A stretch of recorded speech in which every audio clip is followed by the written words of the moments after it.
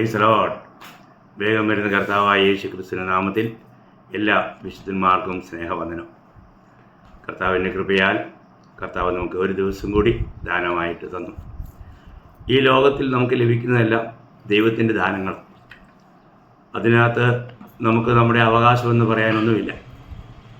അങ്ങനെയാണെങ്കിൽ ഈ ദൈവിക ദാനങ്ങളെ ദൈവമഹത്വത്തിനു വേണ്ടി ഉപയോഗിക്കുക എന്നുള്ളത് ദൈവവിളി കേട്ട ദൈവജനമായ ഓരോ വിശ്വാസിയുടെയും കർത്തവ്യമാണ്.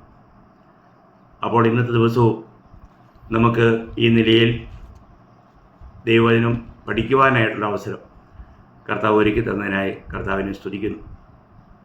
അപ്പോൾ കഴിഞ്ഞ ദിവസങ്ങളിൽ നമ്മൾ കണ്ടുകൊണ്ടിരുന്നതെല്ലാം ദൈവവിളിയെക്കുറിച്ചും ആ ദൈവവിളി കേട്ടവർ എങ്ങനെ പരസ്പരം സ്നേഹിക്കണം എന്നുള്ള വിഷയങ്ങളൊക്കെ നമ്മൾ കേട്ടുകൊണ്ടിരുന്നത്.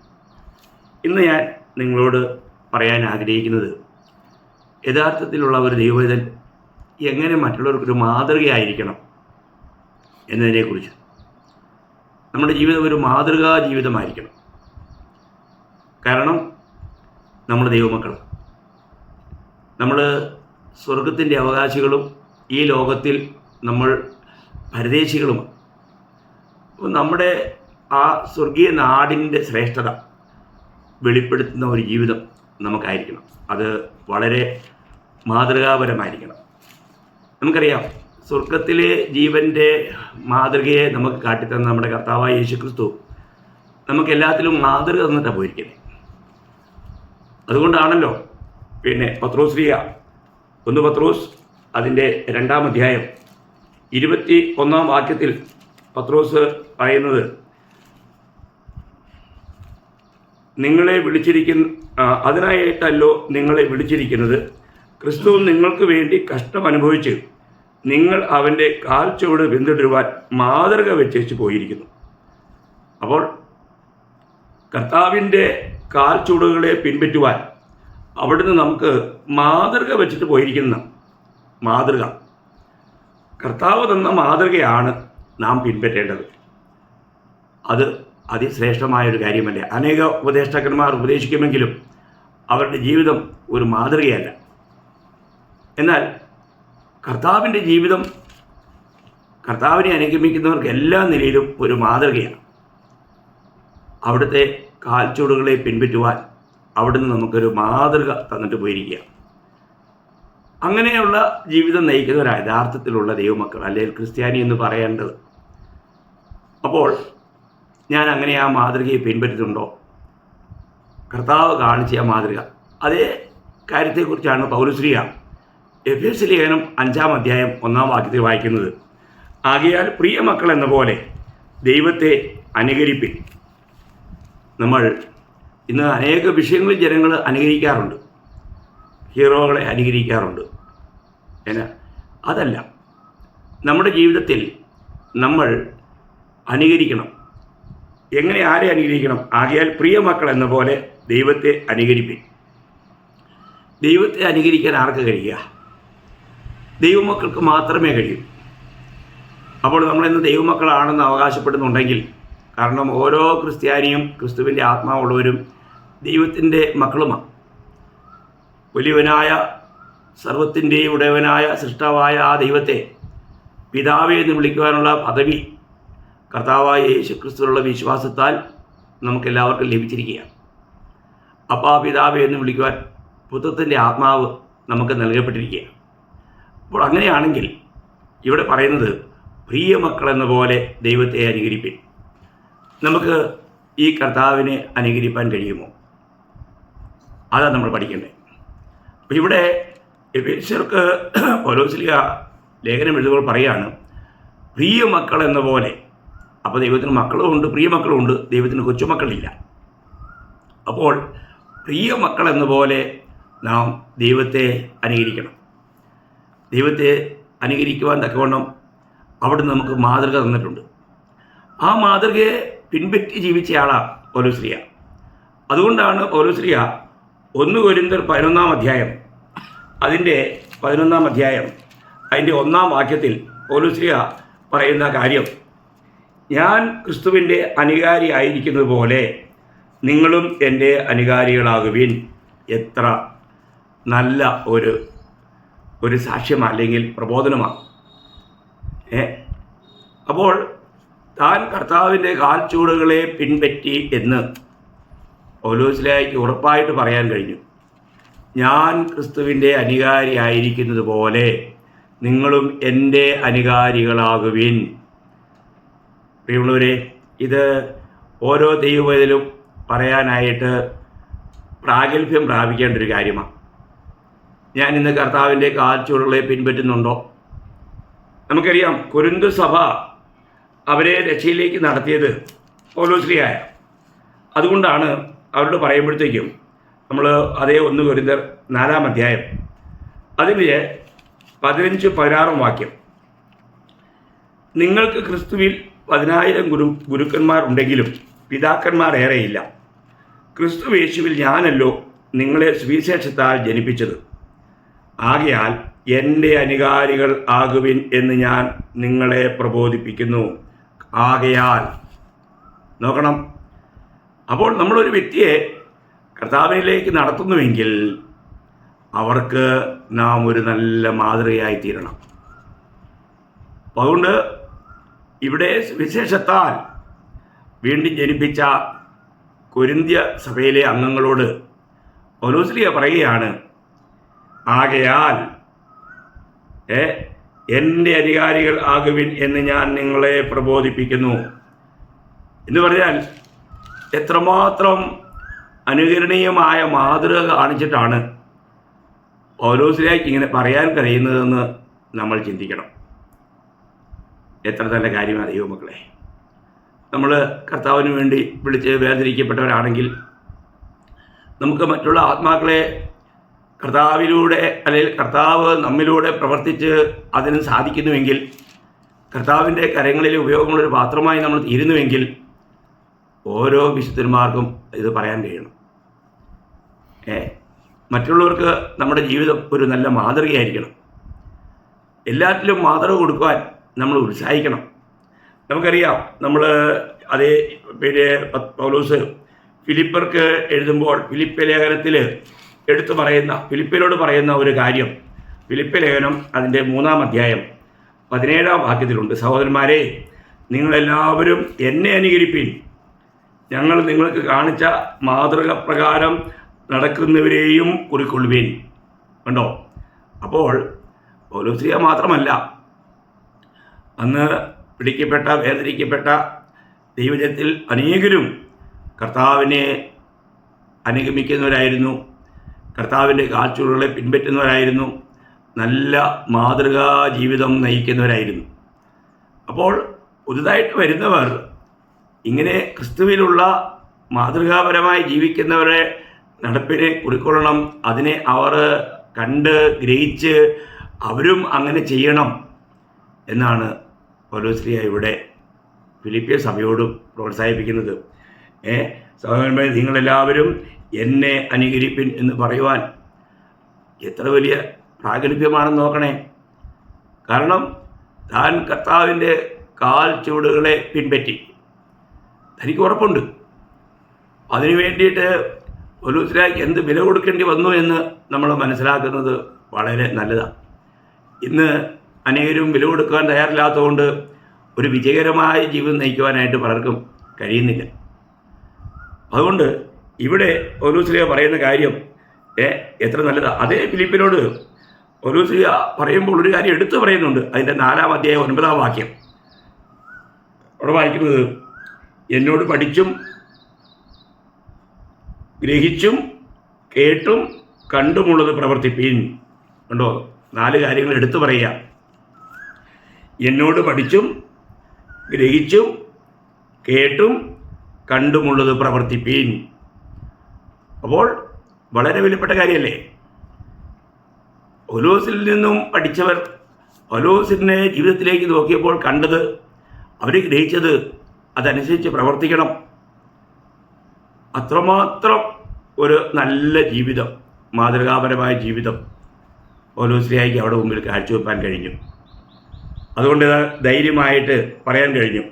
അതിനേക്കാളും ഗഹനമായിട്ടാണ് തന്നോടുകൂടെ അധികം സഹവാസം ചെയ്യുകയും യാത്ര ചെയ്യുകയും ചെയ്ത തിമോത്തിയോസിനോട് പറയുമ്പോൾ, തിമോത്തിയോസിൻ്റെ 2-ാം ലേഖനം അതിൻ്റെ 3-ാം അധ്യായം അതിൻ്റെ 10-11 വാക്യം വായിക്കുമ്പോൾ, നീയോ എൻ്റെ ഉപദേശം, നടപ്പ്, ഉദ്ദേശം, വിശ്വാസം, ദീർഘക്ഷമ, സ്നേഹം, സഹിഷ്ണുത എന്നിവയും അന്ത്യോക്യയിലും ഇക്കോന്യയിലും ലുസ്രയിലും എനിക്ക് സംഭവിച്ച ഉപദ്രവവും കഷ്ടാനുഭവവും കണ്ടറിഞ്ഞിരിക്കുന്നു. പ്രിയമുള്ളവരെ, ഞാൻ എന്തെല്ലാം ഉപദ്രവം സഹിച്ചു, അതെല്ലാറ്റിൽ നിന്നും കർത്താവ് എന്നെ വിടുവിച്ചു. അപ്പോൾ തിമോത്തിയോസിനോട് പറയുമ്പോൾ, തിമോത്തിയോസ് ഇതിലെല്ലാം അധികമായിട്ട് എത്രമാത്രം ജാഗരൂകനായിരിക്കണം. കാരണം തന്നോട് കൂടെ അനേക മിഷണറി യാത്രയിൽ കൂടെ ഇരിക്കുകയും പൗലോസിൻ്റെ ജീവിതത്തിൽ പൗലോസിലൂടെ ഉപദേശങ്ങൾ കേൾക്കുവാൻ ധാരാളം ഇടയായി. പൗലോസിൻ്റെ ജീവിതത്തിൻ്റെ നടപ്പ്, അതിൻ്റെ ഉദ്ദേശം, അവൻ്റെ വിശ്വാസം, അവൻ്റെ ദീർഘക്ഷമ, സ്നേഹം, സഹിഷ്ണുത, മാത്രമല്ല അനേക നിലയിലുള്ള ഉപദ്രവം, കഷ്ടത, ഇവയെല്ലാം തിമോത്തിയോസ് കണ്ടറിഞ്ഞു, കൂടെ നടന്ന് കണ്ടറിഞ്ഞു. ഇത് ഒരു കേൾവിയാലുള്ള അറിവ് മാത്രമല്ല, കൂടെ നടന്ന് കണ്ടറിഞ്ഞു. എത്ര ശ്രേഷ്ഠമാണ് പ്രിയമുള്ളവരെ! ഒരു വിശുദ്ധന് മറ്റുള്ളവരെ പ്രോത്സാഹിപ്പിക്കുവാൻ ഇതിലധികം എന്താ വേണ്ടേ? നമ്മുടെ ജീവിതത്തിൽ നമുക്ക് മറ്റുള്ളവർക്ക് കൊടുക്കുവാൻ കഴിയുന്നത് സുവിശേഷത്തോടൊപ്പം തന്നെ ഒരു മാതൃകാ ജീവിതമാണ്. കർത്താവിനെ പിൻപറ്റുന്നു എന്ന് വെളിപ്പെടുത്തിയുള്ള നമ്മുടെ ജീവിതം, അത് വളരെ ശ്രേഷ്ഠമാണ്. നമുക്കറിയാം, തെസ്സലോനിക്ക സഭയെക്കുറിച്ച് താൻ എഴുതുമ്പോൾ അവരെക്കുറിച്ച് വളരെ അഭിമാനത്തോടു കൂടി പറയുന്ന ഒരു കാര്യം വളരെ ശ്രദ്ധേയമാണ്. 1 തെസ്സലോനിക്കർ 1-ാം അധ്യായം അതിൻ്റെ 6-ഉം 7-ഉം വാക്യം ഞാൻ വായിക്കാം. ബഹു കഷ്ടം സഹിക്കേണ്ടി വന്നിട്ടും നിങ്ങൾ പരിശുദ്ധാത്മാവിൻ്റെ സന്തോഷത്തോടെ വചനം കൈക്കൊണ്ട് ഞങ്ങൾക്കും കർത്താവിനും അനുകാരികളായി തീർന്നു. നോക്കണം, അപ്പോൾ അനുകാരികളാണെങ്കിൽ എന്ത് വേണം? വചനം അനുസരിക്കണം. വചനം അനുസരിക്കുവാനായിട്ട് എന്ത് വേണം? ബഹു കഷ്ടങ്ങൾ സഹിക്കേണ്ടി വരും. നോക്കണേ അതിൻ്റെ ആ സ്റ്റെപ്പുകൾ. ഇന്ന് കഷ്ടങ്ങളിൽ നിന്നും ഒഴിഞ്ഞു പോകുവാനാണ് പലരും ശ്രമിക്കുന്നത്. ഇവിടെ തെസ്സലോനിക്ക സഭ ബഹു കഷ്ടം സഹിക്കേണ്ടി വന്നിട്ടും നിങ്ങൾ പരിശുദ്ധാത്മാവിൻ്റെ സന്തോഷത്തോടെ വചനം കൈക്കൊണ്ടു. നോക്കണം, ദൈവത്തിൻ്റെ വചനം അത് ദൈവവചനമായി തന്നെ അവർ കൈക്കൊണ്ടു. ഇന്ന് അനേകം വചനം കേൾക്കുമ്പോൾ, വചനം വായിക്കുമ്പോൾ അത് ദൈവവചനമാണ്, ദൈവം എന്നോട് സംസാരിക്കുകയാണെന്നുള്ള ആ ഒരു ബോധ്യം പോലും പലർക്കും ഇല്ല. അതുകൊണ്ട് അവരിൽ ആ വചനം പ്രവർത്തിക്കുന്നില്ല. നമ്മൾ അല്പസമയം വചനം കേട്ടിട്ട് ആ വചനത്തിൻ്റെ ഒരു പ്രവൃത്തി നമ്മൾ കണ്ടില്ല എങ്കിൽ നമ്മളതിനെ ദൈവവചനമായിട്ട് കേട്ടില്ല എന്നുള്ളതിൻ്റെ ഒരു തെളിവാണ്. പ്രിയമുള്ളവരെ, നമുക്ക് ഒരു നീണ്ട പ്രസംഗം കേൾക്കണമെന്ന് നിർബന്ധമില്ല, കേൾക്കുന്നത് നല്ലതാണ്. എന്നാൽ അല്പസമയം പോലും നമ്മൾ വചനം കേട്ടിട്ട് ആ വചന കേൾവി നമ്മളിൽ മാറ്റം വരുത്തുന്നില്ല എങ്കിൽ നമ്മളതിനെ ദൈവവചനമായിട്ട് കേട്ടില്ല എന്നുള്ളതിൻ്റെ തെളിവാണ്. അപ്പോൾ അതേ കാര്യത്തിൽ ഈ വചന കേൾവിയെക്കുറിച്ച് പറയുമ്പോൾ അതിൻ്റെ 2-ാം അധ്യായം 13-ാം വാക്യം 1 തെസ്സലോനിക്ക 2:13 പൗലോസ് പറയുന്നത്, ഞങ്ങൾ പ്രസംഗിച്ച ദൈവവചനം നിങ്ങൾ കേട്ടു, മനുഷ്യൻ്റെ വചനമായിട്ടല്ല, സാക്ഷാലാകുന്നത് പോലെ ദൈവവചനമായിട്ട് തന്നെ കൈക്കൊണ്ടതിനാൽ ഞങ്ങൾ ദൈവത്തെ ഇടപെടാതെ സ്തുതിക്കുന്നു. വിശ്വസിക്കുന്ന നിങ്ങളിൽ അത് വ്യാപരിച്ചു കൊണ്ടിരിക്കുന്നു. ഉണ്ടോ? ആ വചനം അവരിൽ ക്രിയ ചെയ്തുകൊണ്ടിരിക്കുന്നു. കേൾക്കേണ്ടതല്ലേ? എത്ര പ്രാവശ്യം നമ്മൾ വചനം കേട്ടപ്പോൾ പൊട്ടിക്കരയാറുണ്ട്. കാരണം വചനം കേൾക്കുമ്പോൾ നമ്മളോട് കൃത്യമായി ദൈവം സംസാരിക്കുക. അവിടെ മാനസാന്തരത്തിൻ്റെ ആവശ്യകതയെക്കുറിച്ച് ഊന്നി പറഞ്ഞു കാണും. നമുക്ക് നമ്മുടെ ജീവിതത്തിൽ നമ്മുടെ തെറ്റുകളെ തിരുത്തുവാൻ വേണ്ടിയിട്ട് പല ആലോചനകൾ ദൈവം പറഞ്ഞു കാണും. നമ്മൾ ചെയ്യേണ്ട കാര്യങ്ങളെക്കുറിച്ച് നമുക്ക് ദൈവം ബോധം വരുത്തി കാണും. ഇവിടെയെല്ലാം നമുക്കൊരു യഥാർത്ഥ മാനസാന്തരം ഉണ്ടാകുന്നുണ്ടോ? നമ്മൾ വെറുതെ കഥ കേൾക്കുന്നത് പോലെയാണോ വചനം കേൾക്കുന്നത്? ഓരോ പ്രാവശ്യം നമ്മൾ വചനം കേൾക്കുമ്പോഴും വചനം പഠിക്കുമ്പോഴും ആ വചന പഠനം കഴിയുമ്പോൾ, ആ വചന കേൾവി കഴിയുമ്പോൾ നമുക്ക് എന്ത് മാറ്റം ഉണ്ടായി? മാറ്റമുണ്ടായോ? ഒരു മാറ്റം ഉണ്ടായില്ലേ? അങ്ങനെയാണെങ്കിൽ നമ്മൾ ആ ദൈവവചനത്തെ ദൈവവചനമായി കണ്ടില്ല എന്നുള്ളതാണ്. നമ്മൾ കണ്ണാടിയുടെ മുമ്പിൽ പോയി നിൽക്കുന്നത് എന്തിനു വേണ്ടിയിട്ടാണ്? നമ്മുടെ കുറവുകളെ കാണുവാൻ വേണ്ടിയിട്ടാണ്. അവിടെ കുറവുകളുള്ളപ്പോൾ നമ്മൾ ഉടനെ നികത്തിയല്ലേ, ഉടനെ തിരുത്തിയല്ലേ? കണ്ണാടി വന്ന് തിരുത്തുമോ? അല്ല, നമ്മളാ തിരുത്തണ്ടേ. നമ്മൾ ദൈവവചനം കേൾക്കുമ്പോഴും ദൈവം നമുക്ക് ബോധ്യം വരുത്തുന്നവയെ നമ്മൾ തിരുത്തണം. അതുകൊണ്ട് തന്നെ ദൈവവചനം കേൾക്കുമ്പോൾ, ദൈവവചനം പഠിക്കുമ്പോൾ നമ്മളൊരു നോട്ട് ബുക്കും പേനയൊക്കെ ആയിട്ടിരിക്കുന്നത് എത്ര നല്ലതാണ്. കാരണം ദൈവം നിശ്ചയമായിട്ട് നമ്മൾ സംസാരിക്കുമ്പോൾ നമ്മൾ ചെയ്യേണ്ടതായിട്ടുള്ള, നമ്മൾ ഉപേക്ഷിക്കേണ്ടതായിട്ടുള്ള, നമ്മൾ തിരുത്തേണ്ടതായിട്ടുള്ള, നമ്മൾ നേടേണ്ടതായിട്ടുള്ള അനേക കാര്യങ്ങൾ ദൈവം നമ്മളെ ഓർപ്പിച്ച് ഉണർത്താറുണ്ട്. അവയെല്ലാം നമ്മൾ കേട്ടിട്ട് നമ്മൾ ചെയ്യുന്നുണ്ടോ? ദൈവത്തിൻ്റെ ആത്മാവ് നമ്മളെ ഇത് ചെയ്യേണ്ടതാണെന്ന് ഓർപ്പിക്കുമ്പോൾ നമ്മൾ അനുസരിക്കാറുണ്ടോ? ഇല്ലെങ്കിൽ നമ്മൾ എന്ത് ചെയ്യുക? നമ്മളെ തന്നെ വഞ്ചിക്കുന്നു എന്നാണ് യാക്കോബ് 1:22 പറയുന്നത്. നമ്മൾ ചെയ്യുന്നവരായിരിക്കണം പ്രിയമുള്ളവരെ. അപ്പോൾ ഇവിടെ തെസ്സലോനിക്ക സഭ അവർ ബഹു കഷ്ടം സഹിക്കേണ്ടി വന്നെങ്കിലും ആത്മാവിലുള്ള സന്തോഷത്തോടെ വചനം കൈക്കൊണ്ടു. അതുകൊണ്ട് അവരുടെ അവസ്ഥ 7-ാം വാക്യം 1 തെസ്സലോനിക്കർ 1:7, അങ്ങനെ നിങ്ങൾ മക്കെദോന്യയിലും അഖായയിലും വിശ്വസിക്കുന്നവർക്ക് എല്ലാവർക്കും മാതൃകയായി തീർന്നു. കണ്ടോ? മാതൃകയായി തീർന്ന ഒരു മാതൃകാ സഭ. എനിക്ക് ആ കാര്യത്തിൽ വളരെ സന്തോഷമുണ്ട്. നാസിക് സഭ ഒരു മാതൃകാ സഭയാണ്. ഞങ്ങളുടെ മധ്യത്തിൽ അനേകർ കേരളത്തിൽ നിന്നൊക്കെ വന്ന് കണ്ടപ്പോൾ ഒരിക്കൽ കർത്താവിൻ്റെ പ്രിയദാസി അന്നകണ്ഠത്തിൽ തൻ്റെ കൂടെ ചില ദേവദാസന്മാരുമായിട്ട് ഇവിടെ വന്ന് ഞങ്ങളോട് പാർത്തപ്പോൾ അവർ പറഞ്ഞ ഒരു വലിയ സാക്ഷ്യം, ഞാൻ ലോകത്തിൽ അനേകയിടങ്ങളിൽ പോയിട്ടുണ്ട്, എന്നാൽ നാസിക് സഭയെ പോലെ ഇത്രമാത്രം ദൈവത്തിൻ്റെ ആ വചനാനുസരണം പോകുന്ന ഒരു സഭ കണ്ടിട്ടില്ലെന്നാണ്. അവർ രണ്ടാമത് വന്നപ്പോൾ കുറച്ചുകൂടെ കൂടുതൽ ദേവദാസന്മാരെ കൊണ്ടുവന്നു അവരിത് കാണാൻ വേണ്ടിയിട്ട്.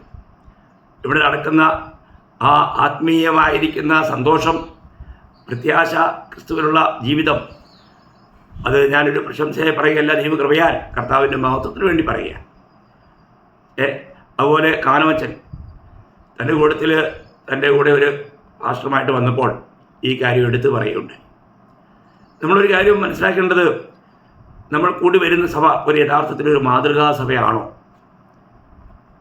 മറ്റുള്ളവർക്ക് അനേക കാര്യങ്ങൾ കൂട്ടായ്മയിൽ വരുമ്പോൾ കണ്ട് പഠിക്കുവാൻ കഴിയുന്നുണ്ടോ? കർത്താവിനെ മഹത്വപ്പെടുത്താൻ കഴിയുന്നുണ്ടോ? ഇവിടെ തെസ്സലോനിക്ക സഭ മറ്റനേകർക്ക്, അവർ മക്കെദോന്യയിലും അഖായയിലും വിശ്വസിക്കുന്നവർക്ക് എല്ലാവർക്കും മാതൃകയായി തീർന്നു എന്നാണ്. അവരുടെ വിശ്വാസം പ്രസിദ്ധമായിരിക്കുന്നതാണ് അതിൻ്റെ 8-ാം വാക്യത്തിൽ നമ്മൾ വായിക്കുന്നത്. അപ്പോൾ ഞാൻ പറയുന്നതിൻ്റെ സാരം, പ്രിയമുള്ളവരെ, നമ്മൾ എത്രമാത്രം മാതൃകയായിരിക്കണം. അപ്പോൾ ഈ മാതൃക കൊടുക്കുവാൻ, അനുകരിക്കേണ്ട ഒരു മാതൃക കൊടുക്കുവാൻ പൗലോസ്ലീഹ ചെയ്ത ഒരു വലിയ കാര്യം, താൻ വളരെ അധ്വാനിപ്പാനിടയായി. നമ്മൾ 2 തെസ്സലോനിക്കർ 3-ാം അധ്യായം അതിൻ്റെ 8-9 വാക്യം വായിക്കുമ്പോൾ, 2 തെസ്സലോനിക്കർ 3-ാം അധ്യായം അതിൻ്റെ 8-9 വാക്യം,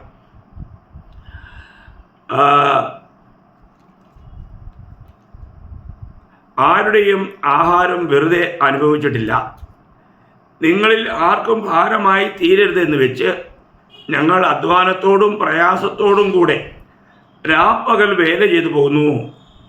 അധികാരമില്ലാഞ്ഞിട്ടല്ല, അനുകരിപ്പാൻ നിങ്ങൾക്ക് ഞങ്ങളെ മാതൃകയാക്കി തരേണ്ടതിനത്രേ. നോക്കണം, മറ്റുള്ളവർക്ക് മാതൃകയാക്കി കൊടുക്കുവാൻ കർത്താവിൻ്റെ വേല വളരെ കഠിനാധ്വാനത്തോടെ ചെയ്ത് അവർ വേല ചെയ്തു എന്നാണ് ഇവിടെ നമുക്ക് കാണാൻ കഴിയുന്നത്.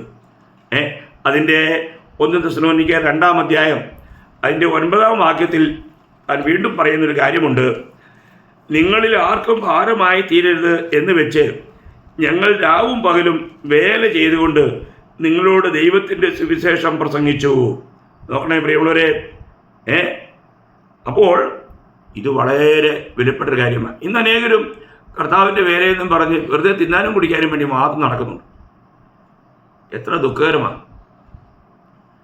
അനേക തിക്ത അനുഭവങ്ങൾ എനിക്കുണ്ടായിട്ടുണ്ട്. ഞാനതിവിടെ വിളമ്പുന്നില്ല. എന്നാൽ പലരും അവർ കർത്താവിൻ്റെ വേല ചെയ്യുകയാണെന്ന് പറഞ്ഞുകൊണ്ട് അവർക്ക് സുഖജീവിതം വേണ്ടി മാത്രം ചിന്തിച്ച് നടക്കുന്നവരുണ്ട്. പ്രിയമുള്ളവരെ, നാം അങ്ങനെയാണോ? നമുക്ക് യഥാർത്ഥമായിട്ടും മറ്റുള്ളവരെ ഭാരപ്പെടുത്താതെ നമുക്ക് കർത്താവിൻ്റെ വേല സ്വയം അധ്വാനിച്ചുകൊണ്ട് നമുക്ക് ചെയ്യുവാൻ കഴിയുന്നുണ്ടോ? ഞാൻ എൻ്റെ ജീവിതത്തിൽ കർത്താവിൽ 41 വർഷങ്ങളായിട്ട് ഈ കർത്താവിൻ്റെ വേല ഈ നിലയിൽ ചെയ്തു പോരുന്നുണ്ട്. ഇന്ന് വരെയും ആരുടെ അടുക്കലും ഏതെങ്കിലും നിലയിലൊരു സഹായം ചോദിച്ച് കൈ നീട്ടേണ്ടി വന്നിട്ടില്ല. കർത്താവ് അതിന് സമ്മതിച്ചിട്ടുമില്ല. അല്ല, അങ്ങനെ ചെയ്യുകയില്ല എന്നുള്ള നമ്മുടെ ഒരു തീരുമാനവും. നമ്മളൊരു കാര്യം മനസ്സിലാക്കണം. നമ്മുടെ ജീവിതത്തിൽ നമ്മളെത്രമാത്രം എല്ലാ കാര്യങ്ങളിലും നമ്മളെത്രമാത്രം മാതൃക കൊടുക്കുവാൻ കഴിയും എന്ന് നമ്മൾ ചിന്തിക്കണം. അങ്ങനെ ഒരു മാതൃകാ ജീവിതം നയിച്ചുകൊണ്ട് വേണം നമുക്ക് മറ്റുള്ളവരെയും കർത്താവിൽ പ്രോത്സാഹിപ്പിക്കുവാൻ. ഇവിടെ അപ്പോസ്തല പ്രവൃത്തിയിൽ മൂപ്പന്മാരെ വിളിച്ച് പറയുമ്പോൾ അതിൻ്റെ 20-ാം അധ്യായം, അപ്പോസ്തല പ്രവൃത്തി 20-ാം അധ്യായം അതിൻ്റെ 33-34 ആരുടെയും വെള്ളിയോ പൊന്നോ വസ്ത്രമോ ഞാൻ മോഹിച്ചിട്ടില്ല. എൻ്റെ മുട്ടിനും എന്നോട് കൂടെയുള്ളവർക്കും വേണ്ടി ഞാൻ ഈ കൈകളാൽ അധ്വാനിച്ച് എന്ന് നിങ്ങൾ തന്നെ അറിയുന്നുവല്ലോ. അപ്പോൾ അവിടെയും താൻ പറയുന്നത് താൻ വളരെ അധ്വാനത്തോട് കർത്താവിൻ്റെ വേല ചെയ്തെന്ന്. അപ്പോൾ നമ്മുടെ ജീവിതത്തിൽ നമുക്ക് കർത്താവിനെ ഏതെല്ലാം നിലയിൽ മഹത്വപ്പെടുത്താൻ കഴിയും? നമ്മൾ മറ്റുള്ളവർക്കൊരു ഭാരമായി തീരാതെ മറ്റുള്ളവർക്ക് എല്ലാ നിലയിലും മാതൃക കൊടുക്കുവാൻ നമുക്ക് കഴിയണം. കർത്താവിൻ്റെ കൃപയാൽ ഞാനിപ്പോൾ ശുശ്രൂഷിക്കുന്ന നാസിക്കിൽ ദൈവമക്കളിൽ അനേകരും കർത്താവിൻ്റെ വേലയെ സ്നേഹിക്കുന്നവരും കർത്താവിനെ മഹത്വപ്പെടുത്തുന്നവരുമാണ്. അതുകൊണ്ട് യാതൊരു നിലയിലും കർത്താവ് മറ്റാരുടെയും മുൻപിൽ കൈനീട്ടാതെ വേല ഭംഗിയായി നടത്തുവാൻ കർത്താവ് കൃപ ചെയ്യുന്നു. വളരെ സന്തോഷമുണ്ട്. ഒരു കുടുംബം പോലെ എല്ലാവരും പരസ്പര സഹകരണത്തിൽ മറ്റുള്ളവരെ കരുതുന്നവരാണ്. ഇത് വലിയ ഒരു സന്തോഷമുള്ള കാര്യമാണ്. അപ്പോൾ പൗലോസ്ലീഹ മറ്റുള്ളവർക്ക് എല്ലാ നിലയിലും മാതൃക കൊടുക്കുവാനായിട്ട് ആരെയും ഒന്നിനും ഭാരപ്പെടുത്താതെ സ്വയം അങ്ങനെയുള്ള ഭാരങ്ങൾ വഹിച്ചുകൊണ്ട് അധ്വാനിച്ചുകൊണ്ട് കഠിനാധ്വാനിയായിട്ട് കർത്താവിന് വേല ചെയ്തു. എത്ര നല്ല മാതൃക നമുക്ക് എടുക്കേണ്ട നല്ല മാതൃകയാണ്. അപ്പോൾ മാത്രമല്ല പൗലോസ്ലീഹ എബ്രായ ലേഖനം താനാണ് എഴുതിയെന്ന് ഞാൻ വിശ്വസിക്കുന്നു. അതിൻ്റെ 13-ാം അധ്യായം 7-ാം വാക്യം, നിങ്ങളോട് ദൈവവചനം പ്രസംഗിച്ച് നിങ്ങളെ നടത്തിയവരെ ഓർത്തുകൊള്ളുവിൻ, അവരുടെ ജീവാവസാനം ഓർത്ത് അവരുടെ വിശ്വാസം അനുകരിപ്പിൻ. അപ്പോൾ നമ്മൾ അനുകരിക്കേണ്ട കാര്യങ്ങളാണ്. നമ്മൾ കർത്താവിനെ അനുകരിക്കണം. കർത്താവിൻ്റെ ശ്രേഷ്ഠദാസന്മാർ നമുക്ക് തന്ന മാതൃകയെ നമ്മൾ അനുകരിക്കണം. ഇവിടെ നമ്മളെ നടത്തുന്നവർ, നമ്മളെ വചനം അഭ്യസിപ്പിക്കുന്നവർ, അവരെ നമ്മൾ എല്ലാ നിലയിലും അവരെ അനുസരിക്കുക, അല്ലെങ്കിൽ അവരെ അനുധാവനം ചെയ്യുക, പിൻപറ്റുക എന്നുള്ള ഒരു പ്രബോധനമാണ്. എന്നിട്ട് അതേ എബ്രായർ തന്നെ 6-ാം അധ്യായം അതിൻ്റെ 12-ാം വാക്യം വായിക്കുമ്പോൾ, മന്ദതയുള്ളവരാകാതെ വിശ്വാസത്താലും ദീർഘക്ഷമയാലും വാഗ്ദത്തങ്ങളെ അവകാശമാക്കുന്നവരുടെ അനുകാരികളായി തീരും. വാഗ്ദത്തങ്ങളെ അവകാശമാക്കുന്നവരുടെ അനുകാരികൾ എങ്ങനെയായിത്തീരുന്നേ? മന്ദതയുള്ളവരാകാതെ വിശ്വാസത്താലും ദീർഘക്ഷമയാലും. ഇന്ന് നമുക്കറിയാം, ഇന്ന് അനേകരും മന്ദത. പ്രിയമുള്ളവരെ, നമ്മുടെ ആത്മീയ ജീവിതത്തിൽ നമ്മൾ ഏതെങ്കിലും ഇതിൽ മന്ദതയുള്ളവരാണോ? നമ്മൾ എങ്ങനെയുള്ളവരായിരിക്കണം? എരിവുള്ളവരായിരിക്കണം. നമ്മൾ 2 കൊരിന്ത്യർ 9-ാം അധ്യായം അതിൻ്റെ 2-ാം വാക്യത്തിൻ്റെ അവസാന ഭാഗത്ത്, 2 കൊരിന്ത്യർ 9-ാം അധ്യായം അതിൻ്റെ 2-ാം വാക്യത്തിൻ്റെ അവസാന ഭാഗത്ത് വായിക്കുന്നുണ്ട്, നിങ്ങളുടെ എരിവ് മിക്ക പേർക്കും ഉത്സാഹകാരണമായി തീർന്നിരിക്കുന്നു. നിങ്ങളുടെ എരിവ് മിക്ക പേർക്കും ഉത്സാഹകാരണമായി തീർന്നിരിക്കുന്നു. അതല്ലേ സഭയിൽ നല്ല ഉത്സാഹികളായിട്ടുള്ള കുറച്ച് പേരുണ്ടെങ്കിൽ മന്ദതയുള്ളവർ അല്ലെങ്കിൽ മടിയന്മാർക്കൂടെ ഒരു വലിയ മാറ്റം ഉണ്ടാവും. അപ്പോൾ നമ്മുടെ ജീവിതം അതെ വളരെ മറ്റുള്ളവർക്കൂടെ പ്രോത്സാഹനം കൊടുക്കുന്നതായിരിക്കണം. നമ്മൾക്ക് ഒരിക്കലും ഒരു എന്താ പറയുന്നത് മടി, ആലസ്യപ്പൻ അത് പാടില്ല. ഉത്സാഹികളായിരിക്കണം. നമ്മൾ റോമർ 12:11 വായിക്കുന്നുണ്ട്, ആത്മാവിൽ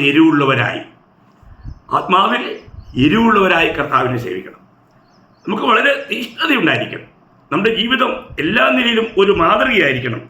അപ്പം പൗലോസ്ലീഹ തിമോഥെയോസിനോട് പറയുമ്പോൾ അവനോട് പറയുന്നതിൽ 5 കൂട്ടം കാര്യങ്ങളിൽ നീ മാതൃകയായിരിക്കണം എന്ന് പൗലോസ്ലീഹ എടുത്തു പറയുന്നുണ്ട്. 1 തിമോഥെയോസ് 4-ാം അധ്യായം അതിൻ്റെ 12-ാം വാക്യം.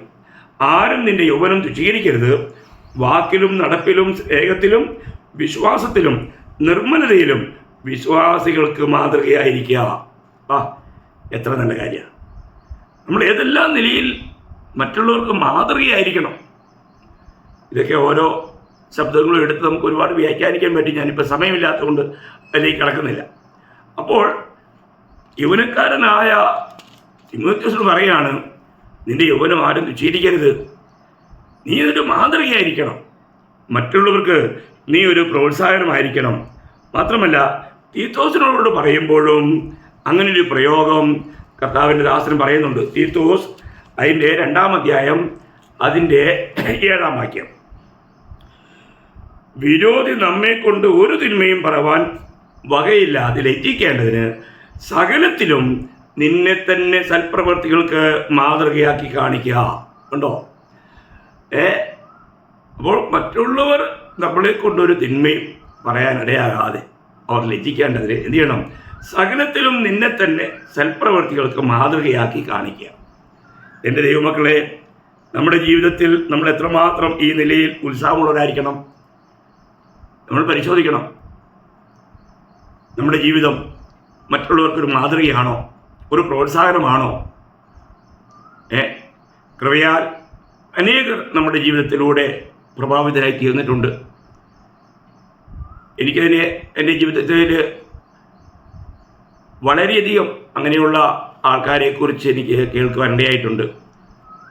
അവർ കർത്താവിൽ വളരുവാൻ, കർത്താവിലേക്ക് വരുവാൻ പോലും കൃപയാൽ ഏഴയുടെ ജീവിതം മറ്റനേർക്ക് പ്രോത്സാഹനമായി തീർന്നിട്ടുണ്ട്. അതെല്ലാം ദൈവത്തിൻ്റെ കൃപയൊന്ന് മാത്രമേ എനിക്ക് പറയാനുള്ളൂ. പ്രിയമുള്ളവരെ, നമ്മുടെ ജീവിതം ഇന്ന് മറ്റുള്ളവർക്കൊരു മാതൃകയാണോ, ഒരു പ്രോത്സാഹനമാണോ? ദൈവത്തിൻ്റെ നാമം നമ്മളിലൂടെ മഹത്വപ്പെടുന്നുണ്ടോ? ഇത് നമ്മൾ പരിശോധിക്കുന്നത് എത്ര നല്ലതാണ്. വളരെ ശ്രേഷ്ഠമേറിയ കാര്യമാണ്. അപ്പോൾ ചിലപ്പോൾ ചിലർ ചോദിച്ചേക്കാം, അങ്ങനെയുണ്ട് പിന്നെ എന്താ കൂട്ടായ്മ ചിലർക്ക് വിട്ടുപോകുന്നേ? അയ്യോ, അത് എൻ്റെ കാര്യം മാത്രമല്ലല്ലോ. കർത്താവിനോട് കൂടെ നടന്നവർ വിട്ടുപോയില്ലേ? ശിഷ്യന്മാർ പോലും പോയില്ലേ? പൗലോസിൻ്റെ കൂടെ നടന്നവരെല്ലാം വിട്ടുപോയില്ലേ?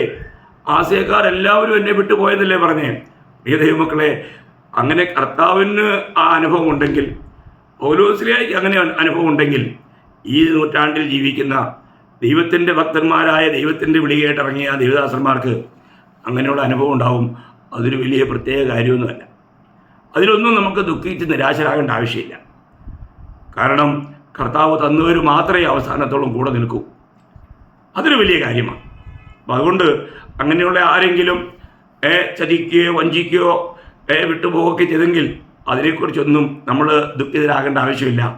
കാരണം അതൊക്കെ ഇതിനു മുന്നമേ പോയ കർത്താവിൻ്റെയും കർത്താവിൻ്റെ ശ്രേഷ്ഠന്മാരായ ദാസന്മാരുടെ ജീവിതത്തിലെ അനുഭവങ്ങളാണ്. അത് ഈ തലമുറയിലും അത് ഉണ്ടാകും, അതുണ്ട്. അത് നമ്മൾക്ക് അനുഭവിക്കുന്ന കാര്യങ്ങളല്ലേ.